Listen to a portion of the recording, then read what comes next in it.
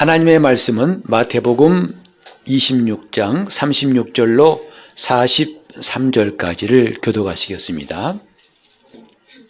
이에 예수께서 제자들과 함께 겟세마네라 하는 곳에 이르러 제자들에게 이르시되 내가 저기 가서 기도할 동안에 너희는 여기 앉아 있으라 하시고 베드로와 세베대의 두 아들을 데리고 가실새 고민하고 슬퍼하사 이에 말씀하시되 내 마음이 심히 고민하여 죽게 되었으니 너희는 여기 머물러 나와 함께 깨어있으라 하시고 조금 나아가사 얼굴을 땅에 대시고 엎드려 기도하여 가라사대 내 아버지여 만일 할만하시거든 이 잔을 내게서 지나가게 하옵소서. 그러나 나의 원대로 마옵시고 아버지의 원대로 하옵소서 하시고 제자들에게 오사 그 자는 것을 보시고 베드로에게 말씀하시되 너희가 나와 함께 한시 동안도 이렇게 깨어있을 수 없도냐. 시험에 들지 않게 깨어있어 기도하라. 마음에는 원이로되 육신이 약하도다 하시고 다시 두 번째 나아가 기도하여 가라사대 내 아버지여 만일 내가 마시지 않고는 이 잔이 내게서 지나갈 수 없거든 아버지의 원대로 되기를 원하나이다 하시고 다시 오사 보신즉 저희가 자니 이는 저희 눈이 피곤함이 일러라. 아멘. 예수를 믿는 성도들이 종종 이 성경의 뜻과는 조금 다른 정확하지 않은 이해를 하고 있는 것이 가끔 있습니다.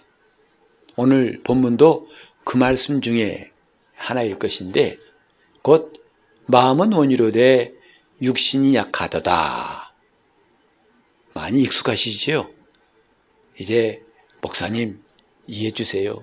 다 저는 마음이 원인데 이놈은 육신 때문에 육신이 약해서 그런 것이니까 제가 육신 약한 걸 뭐라고 합니까? 그런데 괜히 육신이 약하다는 것을 가지고 이야기하신 분들이 있었어요. 과연 육신이 약한 것, 마음은 원인 것. 그분 말씀대로 한다면 내가 지금 하고 싶은데 내가 진정 원하는데 몸이 말 안 듣습니다. 아마 이렇게 이해하시는 것 같아요. 오늘 말씀을 좀 여러분이 잘 살펴보시면서 과연 그런가를 생각해 봤으면 좋겠습니다. 마음은 원인데 육신이 약하다. 근데 주님께서 여기 육신이란 말을 쓰신 것하고 그 다음에 우리가 생각하는 이 몸하고는 같지가 않습니다. 먼저 우리 마태복음 10장 28절 읽어볼까요? 마태복음 10장 28절 보시면 몸은 죽여도 영혼은 능히 죽이지 못하는 자들을 두려워 말고 오직 몸과 영혼을 능히 지옥에 멸하신 자를 두려워하라. 여기는 육신이 아니죠. 몸은 두려워도 똑같이 주님이 하신 말씀들인데 여기는 몸이라고 했어요. 육신이 아니에요. 그래서 좀 헬라어 원어를 찾아봤더니 확실히 다르더라고요. 이 마음은 원이로다 할 때 그 마음은 영은 원이로되라고 되어 있어요. 그리고 육신이라고 할 때 그 육신은 마태복음 10장의 몸이란 뜻이 아니고 죄된 우리의 성품, 다시 말해 우리 마음이란 뜻이에요. 다시 말해서 영은 원하지만 마음이 약하다 이 뜻입니다. 어떠세요? 지금까지 여러분 생각했던 거하고 좀 다르지 않습니까? 영은 원하는데 마음이 약하다. 그 마음은 오늘 죄성이 가득한 인간의 성품, 곧 인간의 부패한 마음, 이것이 약하다. 자칫하면 41절에 주님이 기도하시다고 하니까 제자들이 눈이 피곤함이 일러라 보고서 의심할 여지 없이 육신은 내 몸이야 라고 여기기 쉽지만은 성경에 육신이라 쓰인 말씀은 전부 다 몸이 아니라고 해도 거의 틀림이 없을 거예요. 로마서 8장 3절 같이 또 읽어볼까요? 거기 보면은 이제 성경에 기록하기를 율법이 여기 몸이 아니라 육신으로 말미암아 연약하여 할 수 없는 그것을 하나님은 하시나니 그랬어요. 그 죄를 인하여 자기 아들을 죄 있는 육신의 모양으로 보내어 육신의 죄를 정하사 했는데 여기 육신이란 말도 몸이란 말이 아닙니다. 아까 마태복음 26장의 그 육신과 똑같은 단어예요. 다시 말해서 인간이 약한 게 육신이 약해서 율법대로 살지 못하는 게 아니라 마음이 타락한 마음 때문에 율법대로 순종하지 못한다 이 뜻이에요.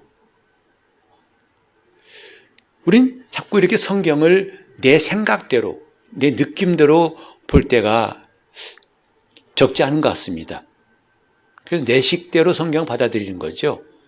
이건 상당히 위험한 결과도 나올 수 있어서 조심해야 할 일입니다. 그래서 성경을 상고하니라 할 때 성경에 그 상고한다는 말은 읽는다는 말이 아니고 깊이 읽는다, 연구한다는 뜻이에요. 성경을 깊이 읽는다. 너희가 영생을 얻고자 하여 성경을 상고하거니와 그랬어요. 성경을 깊이 읽더라 이 말이죠. 그 내용을 알기 위해서 깊이 읽더라. 왜? 그게 우리 신앙생활에 정말 중요한 거거든요. 잘못 알면 잘못 믿게 되고 잘못 믿으면 그 결과는 끔찍할 수 있어요. 그래서 오늘 이 본문의 말씀에 마음은 원이로 돼 육신이 약하다 라는 것을 좀 더 살펴보려고 합니다. 물론 몸이 약한 것 사실이잖아요. 그래서 저도 종종 그렇게 설명했었습니다만 마치 육체는 계란껍질 같아가지고 깨지기 쉽고 병들기 쉽고 다치기 쉽고 걸핏하면 감기 들고 아유 역시 육신이 약해 라고 생각했지만 정확히 말하자면 몸이 약하다는 말은 아니에요. 육신이 약할 수 있죠. 몸이 약할 수 있죠. 왜죠? 원래 하나님이 약한 몸을 주신 것보다도 하나님이 우리가 가진 육체는 내 혼의 지배를 받아서 얼마든지 건강하고 거룩하게 쓰임받을 수가 있습니다. 반드시 육체는 다 약한 게 아니에요. 그래서 우리가 로마서 6장 우리 12절과 13절을 좀 먼저 볼까요? 로마서 6장 12절 13절 시작.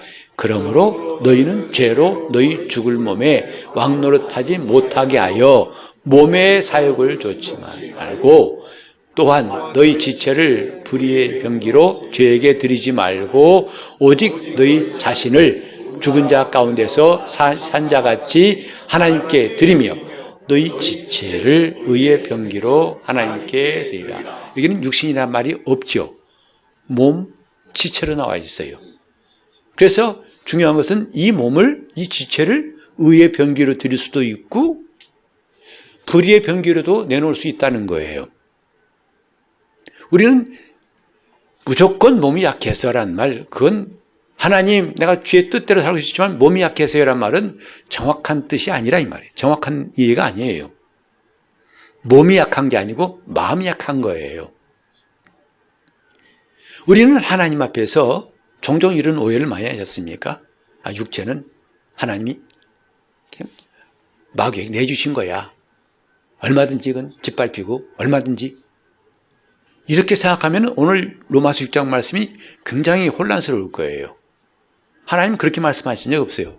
내가 너희 영혼은 구원했는데 몸은 내가 마귀에게 내줬다. 그렇게 하신 성경이 없어요. 중요한 것은 우리가 하나님이 창조하신 그 인간이 어떤 신지를 한 번 더 다시 생각해 볼까요? 인간은 영과 혼과 몸으로 되어 있다고 그랬죠. 그리고 몸이나 영은 인격이 아니에요. 나라는 존재는 혼이에요. 혼입니다. 그래서 시편에 많이 나오잖아요. 내 영혼아 어찌하여 장망하며 그때 내 혼아 이 뜻이에요. 우리 성경이 정확하게 그건 번역을 못한 것 같아요. 내 혼아예요. 성경은 사람을 영이라고 하지 않고 뭐라 부른다고요? 혼이라고 그래요. 내 혼아 어찌하여. 여러분 잘 하시는 말씀이 있죠. 내 영혼을 소생시키시고 자기 이름을 위하여 의의 길을 인도하신다. 그때도 내 혼을 소생시키시고 그래 있지 내 영이 아니에요. 그렇다고 해서 영은 나와 따로따로 있느냐? 아니요. 영도 나의 한 부분이에요. 다만 영은 하나님을 향해 열려 있고 영의 기능이 무척 중요하다고 말씀드렸죠. 그래서 영이 불 꺼진 방처럼 영이 어두우면은 전혀 하나님께로부터 오는 메시지를 받을 수가 없어요. 우리는 하나님 앞에서 이런 혼란스러운 것들을 하나하나 정리하고 정말 신앙의 기본이 좀 튼튼했으면 좋겠어요. 하나님 말씀이 어디로 들어오는가? 내 혼에 오는 게 아니에요. 성령은 어디 오시는가? 내 혼에 오시는 게 아니에요. 내 영에 임하신다 이 말이죠. 영은 오직 하나님 안에 처소예요. 하나님과 그분이 주시는 모든 선물이 어디로 온다? 영에 임한다 이 말이죠. 그래서 예배도 영적인 초점이 맞지 않으면 그 예배는 인간이 드리는 제사나 의식밖에 될 수가 없어요. 그래서 예수님께서도 하나님이 영이시기 때문에 예배한 자가 영으로 예배해야 한다. 인간이 혼적인 예배는 한계가 있어요. 비슷하고 하나님 기뻐하시고 진짜 예배 같지만 한계가 있어요. 신령과 진정으로 영적인 예배가 필요하다고 주님 말씀하셨죠. 따라서 우리는 내 영의 기능 정말 필요합니다. 이거 활성화돼야 됩니다. 여러분 귀가 어두우면 소리가 안 들려오잖아요. 그럼 귀가 밝으면 조그만 소리가 듣지 않습니까?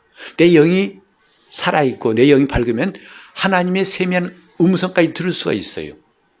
우리는 종종 내가 하나님 뜻을 구한다 해놓고 자기 생각과 감정대로 하나님이 이렇게 말씀하셨어 라고 속단할 때가 많습니다. 그러나 정말 하나님의 음성을 듣는 사람, 하나님의 말씀을 귀를 기울이는 사람들은 그렇게 하지 않겠죠. 내가 정말 중요한 것, 내 영이 밝고 내 영이 하나님께 열려 있으면 그 영은 성령으로 충만해가지고 그 영이 혼을 지배합니다. 나를 지배한다 이 말이에요. 그게 영의 생각이에요. 그러니까 생각이 두 개 있다는 게 아닙니다. 몸도 생각하고 영도 생각한다는 말. 육신의 생각은 또 영의 생각하니까 생각이 둘이나 보다. 아니요. 생각은 하나예요. 분명히 말씀합니다만 생각은 혼에 속한 겁니다. 마음은 혼에 속한 거예요. 물론 우리는 때때로는 마음, 혼 대신에 마음이라고 말할 수 있어요.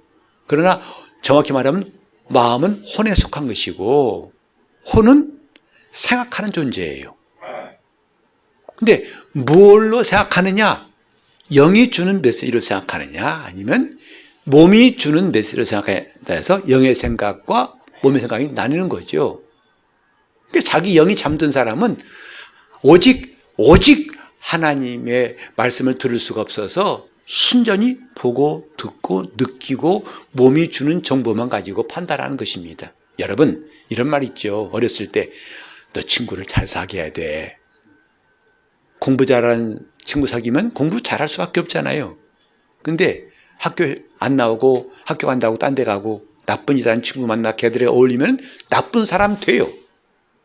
마찬가지예요. 지금 나라는 이 혼이 몸에만 귀를 기울이면 그건 잘 될 확률이 없습니다. 그래서 분명히 우리가 알을 거냐면 육신은 약하다는 말은 내 몸이 약하다는 말이 아니라는 것. 또 몸은 아예 사단에게 내줬다. 하나님 우리 영을 구원하시고 영혼을 사랑하신다. No, 그것도 아닙니다. 우리 몸도 하나님을 구원하시고 마침내 이 썩을 몸이 썩지 않은 몸이 될 때까지 하나님이 이 몸을 우리가 의의 병기로 쓰기를 원하시는 거죠. 내주지 마세요. 이건 몸도 하나님이 나를 쓰시기 위해서 그분이 원하시는 지체예요. 이런 혼란스러운 생각들이 신앙을 자꾸 어렵게 만드는 거죠. 작년에 다짐했듯이 신앙의 기본을 충실히 하자. 수십 년 믿어도 이거 모르면 끝없이 반복합니다. 왔다 갔다 정신없죠. 이 본문에 육체는 원래 약한 것이니까. 아니요. 물론 약하신 분이 있는데 그건 뭐냐면 사실은 내 혼이 육체를 하나님 말씀대로 꽉 지배하면 뒤에 말씀드리겠습니다만 육체는 약할 수가 없어요. 약할 수가 없습니다. 지금 말씀드릴까요? 우리 한번 잠깐 잠언 15장을 좀 보시겠습니다. 잠언 15장 13절을 먼저 읽겠습니다. 마음의 즐거움은 얼굴을 빛나게 하여도 마음의 근심은 심령을 상하게 하여도. 여기 보시면 마음이라는 것은 우리 혼이에요. 내 혼이 즐거워요. 그러면 몸인 얼굴도 빛나게 할 수 있어요. 그러나 내 혼이 힘들어하고 어둡습니다. 그럼 뭐예요? 심령, 영도 상하게 만들어요. 그러니까 이 마음은 몸에도 영에도 영향을 미칠 수 있다 없다? 있어요. 여러분 잘 아는 대로 몸이 아프면, 몸이 괴로우면 마음도 게을러지죠. 영향 미치는 건 똑같아요. 내 마음이 기쁘면은 얼굴도 빛난다고 그랬어요. 육신도 건강해지는 거예요. 근데 우리는 그 마음은 관계없이 오직 육체만 따듬고 오이도 썰어서 먹지 않고 더더더 부치긴 하고 그거 오래 못 갑니다. 앞으로는 오이는 잡수세요. 얼굴에 붙이지 말고. 네? 이런 하나님의 창조하신 인간의 원리를 모르면 엉뚱한 일 할 수밖에 없어요. 그러니까 지금 마음의 즐거움은 얼굴까지 빛나게 하고 그러나 마음이 근심하면 영까지도 상하게 한다는 거죠. 또 봅시다. 자, 17장 22절을 또 읽어보겠습니다. 마음의 즐거움은 양약이라도 심령의 근심은 뼈로 마르게 하느니라. 뼈는 몸이잖아요. 심령이 근심하면 뼈까지 마른다는 거예요. 그러나 마음이 즐거우면 뭐예요? 양약이라도. 이 말을 공동 번역해 보니까 이렇게 번역했더라고요. 마음이 즐거우면 앓던 병도 낫거니와 이랬어요. 앓고 있던 병도 난다는 거예요. 어떻게 하면? 마음이 즐거우면. 그건 하나님이 지으신 인간의 원리 보면 너무 정확한 거예요. 근데 우리는 그런 자기 마음의 상태가 어떻고 마음이 병든 것은 관계없어요. 일단 병원 가서 째고 약 주고 해서 어떻게 해보려고 한다 이 말이죠. 물론 그래서 약간 진정이 되고 그때는 알 수 있을 것이냐만 반드시 약은 후유증이 있다는 걸 우리도 알고 있잖아요. 약은 다름 말하면 독입니다. 그것은 멈추지만 딴 것은 또 문제를 일으킬 수 있다는 것을 우리는 상식으로 알고 있잖아요. 근데 성경은 부작용이 없는 하나님의 역사를 보고 우리에게 말해주고 있습니다. 이렇게 앓던 병도 낫게 한다. 뭐가? 마음의 즐거움이. 그리고 우리말 성경에 보니까 뭐냐면 즐거운 마음은 병을 낫게 하지만 이렇게 되어 있어요. 자, 오늘 이제부터 정말 하나님이 창조하신 그 원리대로 내 삶이 되어지길 바란다면 우리는 지금까지 경험하지 못했던 엄청난 일을 경험할 수 있어요. 전에 어떤 분이요, 저 지방의 어떤 대학 교수로 일하셨던데 그분이 TV에 나왔어요. 그분은 깔깔깔깔깔깔 웃는 분이에요. 그리고 캠퍼스 다니면서도 그 영상 보니까 막 웃어요. 웃는 게 아니라 막 깔깔깔깔깔깔깔 웃으면서 또 박수를 쳐가면서 깔깔깔깔깔깔 웃어요. 그래서 와, 저 사람 미친 사람 아니냐 했다는 거죠. 교수님인데.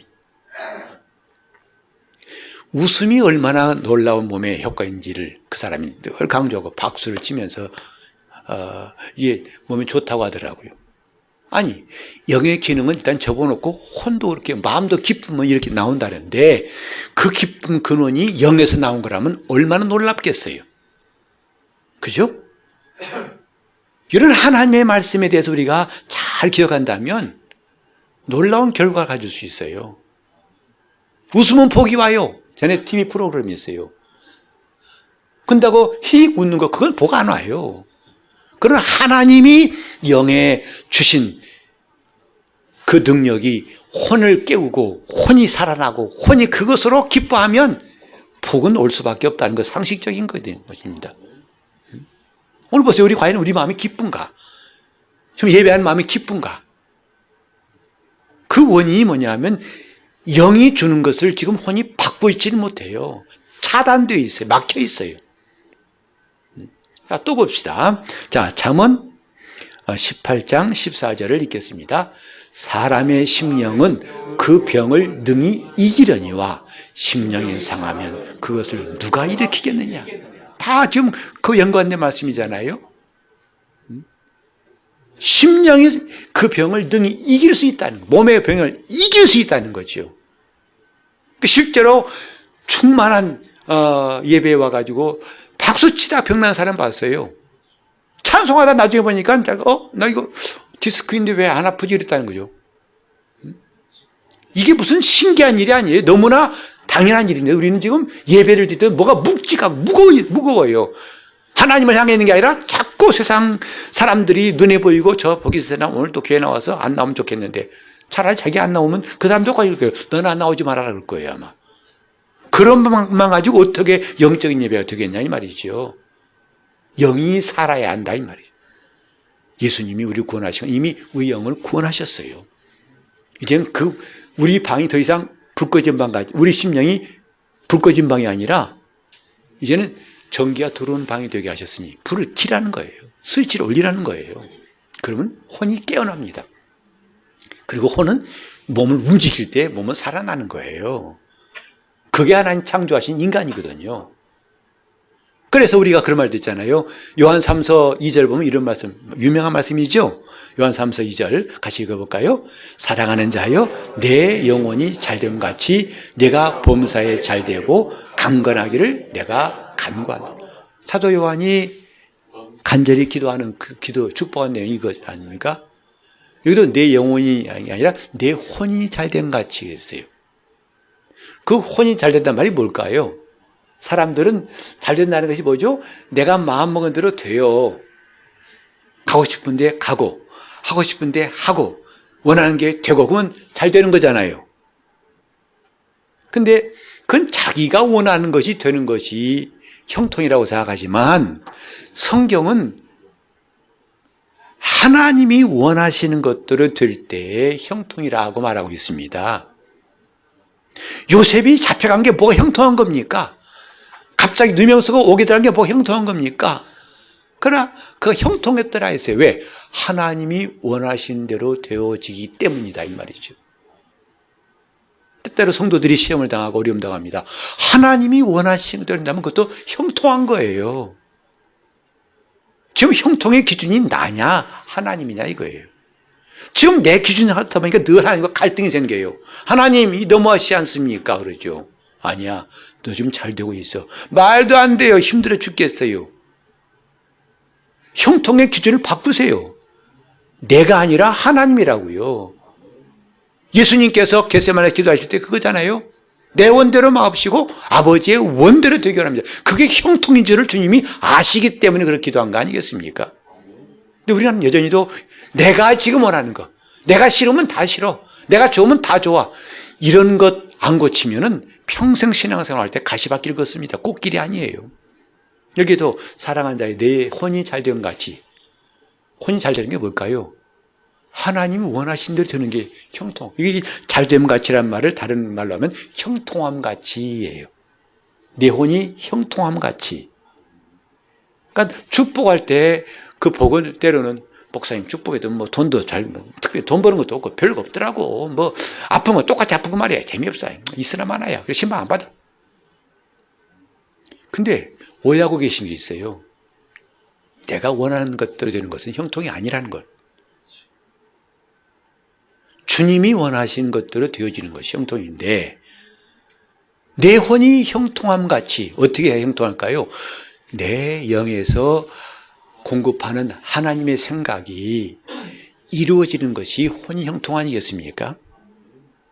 그와 같이 내가 모든 일에 형통하며 건강하기를 원한다 했어요. 근데 우리는 앞에 거 다 빼고 건강만 구해요. 주님 건강 주시옵소서. 혼 필요 없어요. 영이 필요 없어요. 난 그저 건강만 주시옵소서. 그러니까 항상 하나님과 조화가 안 돼요. 늘 갈등이 있고 긴장 관계에 있다고요. 그러다가 뭐가 안 되면 하나님도 벌 주셨나? 그러죠. 그러니 언제 관계가 좋아질까 참 요원하다고요. 아마 죽는 그날까지도 그건 안 고쳐진다면 얼마나 불행한 일이겠어요. 내 혼이 잘 되면 같이 곧 영에서 하나님이 주시는 뜻대로 그대로 이루어짐 같이 그 형통이니 그와 같이 범사의 모든 일에 잘 되고 강건하길 원한다 했어요. 그 주님께서 말씀하셨잖아요. 먼저 그의 나라와 의를 구하라. 그리하면 이 모든 것을 너에게 더하시리라. 내 혼이 형통해야 한다고요. 근데 우리는 자꾸 관계없이 그저 몸이고 몸이 어떻고 몸이 괴롭고 몸이 힘들고 그건 다 싫어요. 예배고 뭐고 다 필요 없어요. 기도? 피곤한데 무슨 기도야. 주님도 이해하실 거야. 하면서 이렇게 달라도 주님과 마음이 다를 수 있을까? 아모스 3장 3절에도 나와 있잖아요. 두 사람이 뜻이 같지 않고야 어떻게 동행할 수 있을까? 뜻이 같아야 같이 동행할 수 있잖아요. 근데 찬송은 주와 같이 길 가면서 뜻은 달라요. 형통의 기준도 주님이 아니고 내 기준이란다면 과연 같이 갈 수 있겠어요? 우린 지금 꼭 기억합시다. 육신이 약하단 말은 이 몸이 약하단 말이 결코 아니라는 것. 그러니까 지금까지 보면 몸이 좀 억울했을 것 같아요. 왜? 다 자기에게 뒤집어 씌우거든. 지 마음이 원인이면서 자꾸 뒤집어 씌운 건 몸에다 뒤집어 씌웠어요. 몸이 약해서. 아니 네 마음이야. 몸이 약해서. 참 억울하다 못해 나중에 아마 항의할지 몰라요. 몸이. 우리는 하나님 앞에서 육신이 약한 것이 문제라는 걸 알아야 됩니다. 육신. 자, 내 마음이 약하여. 내 마음이 약하여. 몸이 약하여란 말 아본으로 딱 쓰지 마세요. 마음이 약한 겁니다. 왜 마음이 약할까?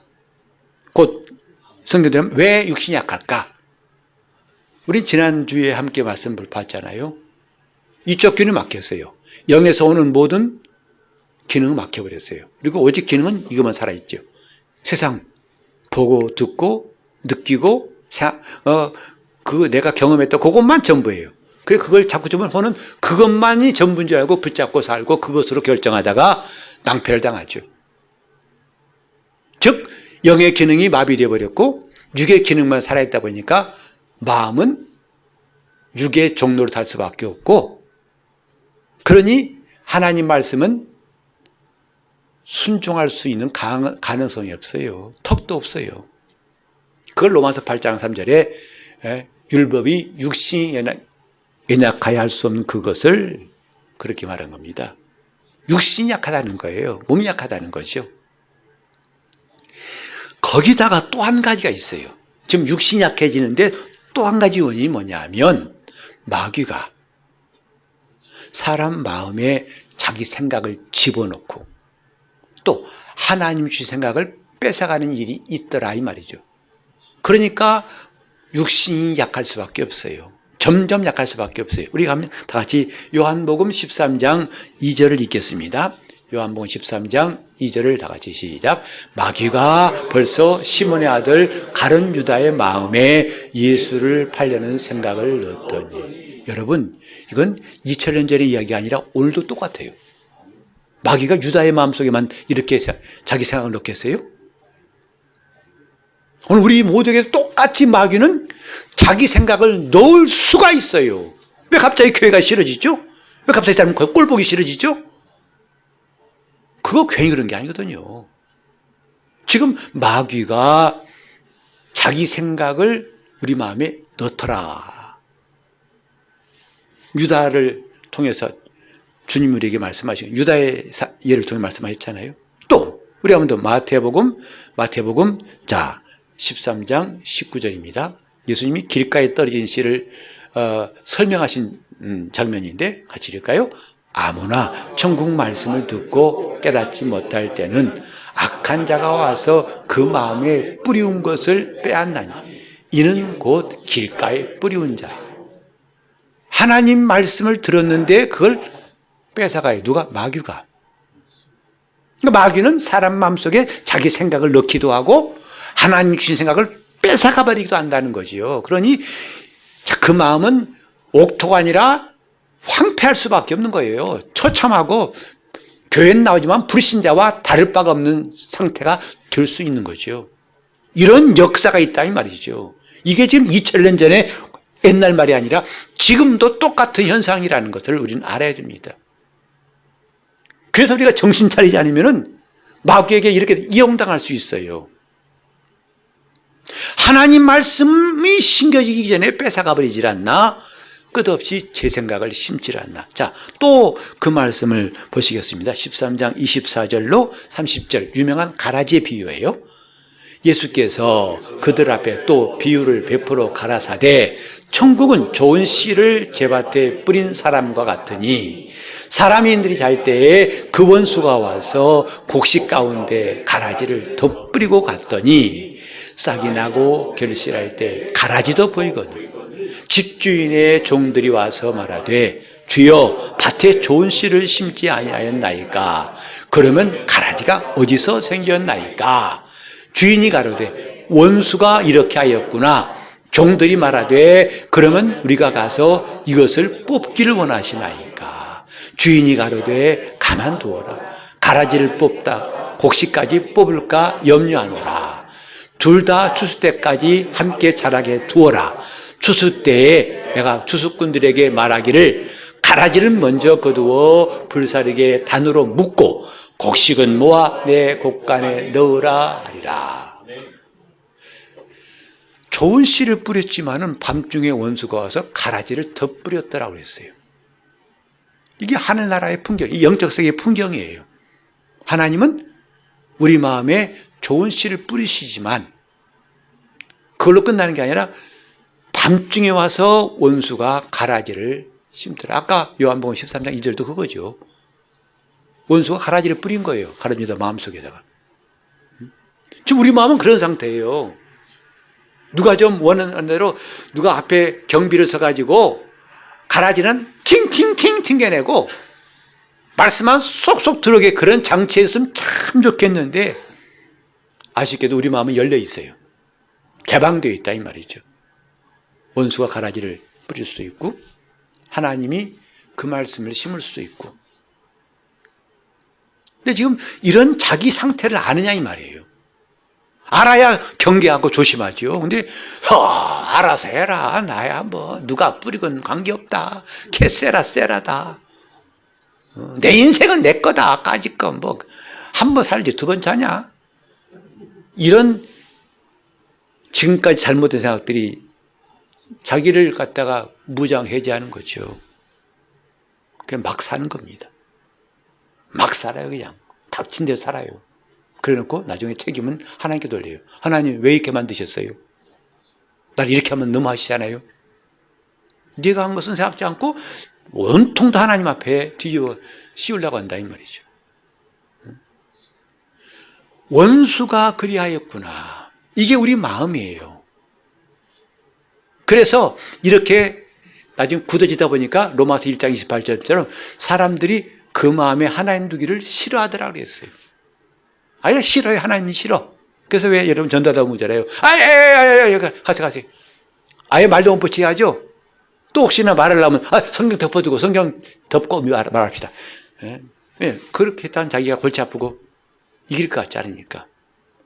하나님 두기를 싫어한다는 건 극단적으로 보이잖아요. 근데 그들만이 아니에요. 교회에 나와서도 하나님 싫어하는 사람이 있더라고요. 예배 시간에 자고 있는 사람도 있고. 여기는 물론 아무도 안 계세요. 걱정 마세요. 나 봤나 하지 마시고. 조는 사람 있지 않나? 예배 시간 핸드폰 보질 않나? 예배 시간 딴짓 하지 않나? 찬송하지만 생각 딴 데가 있고. 그게 지금 하나님 두기를 좋아하는 사람 같은 모습이 아니잖아요. 하나님 두기를 싫어하며. 왜? 이미 마음이 잡초가 가득해요. 그러니 어떻게 그 말씀이 하나님 말씀이 들어와 심기겠냐고요. 여러분 지난주 설교 기억나세요? 아마 대부분 기억나실 거예요. 근데 다른 데 가서 물어보면 그래요. 아이고 그걸 물어보세요. 왜 당연히 잊어버려야지. 그건 본문까지 기억나나요? 제목도 기억나 안 납니다. 비 오는 날 그 와이퍼 싹 지우듯이 빗물을 싹 한번 지나면 와이퍼가 지우잖아요. 이렇게 비 올 때. 그처럼 기억을 싹 지우죠. 그래서 1년 동안 설교 들었지만 생각나는 설교 몇 개 있습니까? 하면 아마 내 머리는 텅 비었다고 할지 몰라요. 말씀을 빼앗는다고요. 그게 이상한 게 아니에요. 지금 이 현실이에요, 우리. 말씀을 빼앗는 것이요. 그러니 이때 말씀을 빼앗기지 않고 말씀에 심어지기 얼마나 우리가 영적으로 깨어있고 영으로 예배하려고 해야 할까? 안 그러면 지금까지 실수를 똑같이 반복하고 언제까지? 죽음의 문턱 이를 때까지 반복할 겁니다. 우리는요, 영은 선하고 육은 악하다는 이런 잘못된 사상을 과감하게 버려야 됩니다. 그건 틀린 말입니다. 하나님이 지으신 모든 게 선하다고 그랬어요. 근데 왜 악하다고 합니까? 육체는 아예 구원받은 성도라 할지라도 육체는 아주 마귀에 내줬다고요? 절대로 그렇지 않습니다. 하나님이 육체를 사용하길 원하시는 거예요. 성령 충만해서 그가 하나님의 귀한 도구로 쓰임받기 원하신 것이지 내어준 게 아닙니다. 그건 나중에 타락한 자들이나 하는 말이죠. 고린도전서 5장에 보면 사탄에게 내어주고 할 말이 있어요. 육체는 내어주고. 그건 이미 버림받아 나중에 영이나 구원하기 위해서 그렇게 막판의 이야기고 우리에게 해당되지 않습니다. 따라합시다. 영도, 혼도, 몸도 다 귀하다. 다 귀한 거예요. 중요한 것은 각각 영은 영의 기능을, 혼은 혼의 기능을, 몸은 몸의 기능을 하도록 하는 게 중요해요. 그게 신앙생활이에요. 영만 키우는 게 아니라 이 말이에요. 각각 기능이 제대로 돌아가도록 만드는 것이 교회 생활이야 이 말이죠. 그러려면 첫째 겸손하고 온유해야 된다고 성경 가르칩니다. 교회 와서 가르치는 것, 물론 교사가 있어요. 하지만 저도 이제 교사의 일하고 있잖아요. 말씀을 가르친 사람이니까. 제가 늘 저에게 경책하는 게 있어요. 떠올리는 말씀이 있어요. 남은 가르치고 너를 가르치지 못한다면 비극이다. 남에게 가르치고 너는 안 가르치냐? 너는 외식자다. 저보고 항상 저를 찌르는 말이에요. 너는 남은 가르치면서 어느 순간 내가 너를 안 가르치면 너는 그때 망하는 거야. 교회 생활은요, 많은 사람 가르치는 게 중요한 게 아니에요. 먼저 자기를 가르쳐야 됩니다. 말씀. 그래서 교회 와서는 배우려고 해야 되지, 가르치기를 조심해야 됩니다. 내가 말할 때는요, 이미 그건 내가 책임을 져야 돼요. 그게 사실이 아니면 난 정죄받습니다. 내가 그 말씀대로 살지 않으면 난 정죄받아요. 그러니까 말씀 전하는 사람, 선생된 우리가 더 큰 심판받는다고 야고보는 말했잖아요. 너무 가르치는 거 좋아하지 마세요. 제대로 된 가르침은 그 사람을 변화시킵니다. 우리는 하나님 앞에서 정말 육신이 약하다는 것, 다른 말로 하면 몸이 아니라 마음이 약하다는 것, 이것을 깨닫고 어떻게 하면 마음을 강하게 하느냐, 이게 우리에게 중요한 문제가 아니겠습니까? 이 마음을 강하게 하려면 첫째는 영이 밝아야 돼요. 불 꺼진 방 같지 않고 영이 밝아야 한다 이 말이죠. 그래서 우리가 시편 51편 10절 한번 읽어볼까요? 다윗이 기도했던 내용이죠. 시작. 하나님이여 내 속에 정한 마음을 창조하시고 내 안에 정직한 영을 새롭게 하소서. 먼저 내 마음이 깨끗해야 한다는 거예요. 이 정한 마음이라는 것은 깨끗한 마음, 순수한 마음이라는 거예요. 두 마음도 아니고 더러운 마음도 아니고 깨끗한 마음. 하나님이 나를 도우시게 하려면 먼저 정한 마음을 하나님 내게 창조해 주시옵소서. 영어 성경은 pure 혹은 clean 되세요. 마음이 순수하다고요. 그걸 보통 이제 마음이 어린아이라고 그랬죠. 어린아이 마음은 오염되지 않는 것으로 우리는 알고 있잖아요. 근데 나이 들면 다 오염돼요. 때가 묻습니다. 하나님이요 내 속에 정한 마음을 창조하시고 내 안에 정직한 영을 새롭게 하소서. 이 정직한 영이란 뭐냐면 아주 튼튼하고 굳센, 올바르게 딱 서 있는 그걸 말하는 거예요. 그러니까 내 영이 그렇게 새롭게 되을 때에 드디어 내 마음도 하나님 뜻대로 살게 됩니다. 그때 그 마음은 결코 약하지 않습니다. 마음 스스로 강해질 수 있는 길은 없다 이 말이죠. 먼저 뭐가 돼야 한다고요?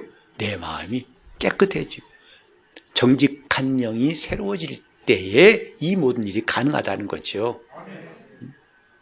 우리가 참 하나님 앞에 부지런히 회개하는 게 뭡니까? 주님, 내 마음을 깨끗하게 하소서. 내 영을 새롭게 하소서.